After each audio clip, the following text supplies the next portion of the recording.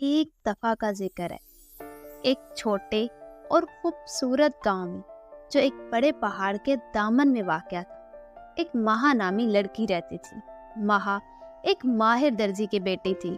مہا کی ماں اپنے ہاتھوں سے گاؤں والوں کے لیے بہت عمدہ قسم کے لباس تیار کیا کرتی تھی، جن کے گہرے رنگ اور نازک ڈیزائن اس کی بے مثال مہارت کی گواہی دیتے تھے کہ والد اس کی کم عمری میں ہی ایک بیماری کے باعث انتقال کر چکے تھے، جس کے بعد مہا اور اس کی ماں کا گزر بسر سلائی کڑھائی کر کے ہی ہوتا تھا۔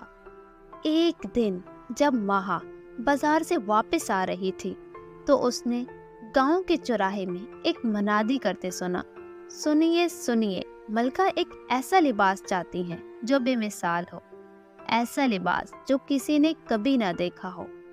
جو بھی ایسا لباس بنائے گا اسے سونے کا صندوق اور شاہی درزی بننے کا اعزاز دیا جائے گا۔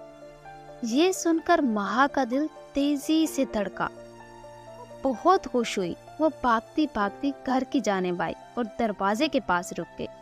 اس نے اپنی ماں کی طرف دیکھا اور کہا، ماں، کیا آپ نے سنا ہے کہ ایک ایسا لباس چاہتی ہیں جو بے مثال ہے؟ یہ ہمارے لیے ایک اچھا موقع ہو سکتا ہے کہ ہم امن اور سکون سے زندگی گزارنے کے لیے کافی پیسہ کما سکیں۔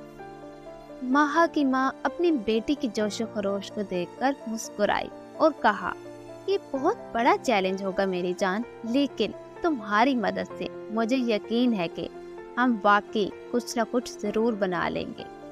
دونوں ماں بیٹی نے مل کر لباس کا ڈیزائن بنایا۔ انہوں نے ایک ایسا گنگناتی ڈیزائن تیار کیا جو رات کو آسمان کی طرح چمکتا تھا۔ انہوں نے سوچا کہ وہ چاندی کے دھاگے سے اس لباس پر کڑھائی کریں گی۔ ہمسائی جو بہت جلتی تھی مہا کی خوبصورتی اور اس کی ماں کی مہارت سے، اس نے یہ سب سن لیا۔ اس نے خوبصورت لباس کو تباہ برباد کرنے کی سازش تیار کی۔ مہا اور اس کی ماں دن رات محنت کر رہی تھی۔ مہا نے نایاب مواد جنگل سے جمع کرنا شروع کر دیا اور اس کی والدہ نے بہت ہی احتیاط سے لباس کو سینا شروع کر دیا۔ ایک دن جب مہا اور اس کی ماں گھر سے باہر تھی تو ہمسائی نے موقع کا فائدہ اٹھایا اور ان کے گھر میں داخل ہو گئی۔ اس نے چاندی کے دھاگے کو ایک کمزور ٹوٹنے والے دھاگے سے بدل دیا اور تیار شدہ لباس پر ایک زہریلا پاؤڈر چھڑک دیا۔ اس کی امید تھی کہ کچھ ہی دنوں میں لباس کا دھاگا ٹوٹ جائے گا۔ مہا اور اس کی ماں گھر واپس آئیں تو انہوں نے لباس کو مکمل طور پر تیار کر لیا اور انہوں نے بہت ہی احتیاط سے لباس کو پیک کیا اور شاہی محل کی طرف روانہ ہو گئی۔ راستے میں ہی انہوں نے لباس میں کچھ خرابی کے آثار دیکھے۔ چاندی کا دھاگا جگہ جگہ سے ٹوٹ رہا تھا۔ لباس کو دیکھ کر مہا کی آنکھوں میں آنسو آ گئے۔ پہنچتے پہنچتے ان کا لباس مکمل طور پر تباہ ہو چکا تھا۔ ملکہ نے لباس کو دیکھ کر کہا، یہ کیا تم لوگوں نے بنایا ہے؟ ایک ایسا لباس تیار کیا ہے جسے میں دیکھ کر بہت مایوس ہوئی ہوں۔ مہا کی والدہ نے ملکہ کو جواب دیا، میں معافی چاہتی ہوں ملکہ عالیہ، لیکن یہ لباس واقعی ایک شاہکار تھا، ضرور اس میں کسی نے کوئی گڑبڑ کی ہے۔ شہزادہ جو دور کھڑا یہ سب منظر کو دیکھ رہا تھا اس چیز پر بہت دکھی ہوا۔ شہزادے نے ماں بیٹی کے قریب آ کر پوچھا، کیا ہوا؟ آپ لوگ اتنے پریشان کیوں کھڑے ہیں؟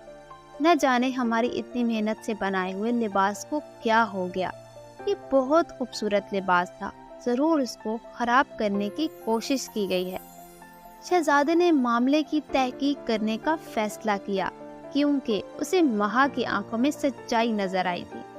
شہزادے نے اپنے کچھ اہم ساتھیوں کے ساتھ سلطنت کے بازار میں گیا اور وہ لباس سب کو دکھاتا اور بے وجہ اس کی جاننے کی کوشش کی کہ یہ لباس کیسے تباہ ہوا۔ ایک درزی نے بتایا کہ یہ لباس ایک زہریلے پاؤڈر کی وجہ سے تباہ ہوا ہے۔ شہزادی پوری سلطنت میں یہ اعلان ہو گیا کہ جس کسی نے بھی یہ زہریلا پاؤڈر فروخت کیا ہے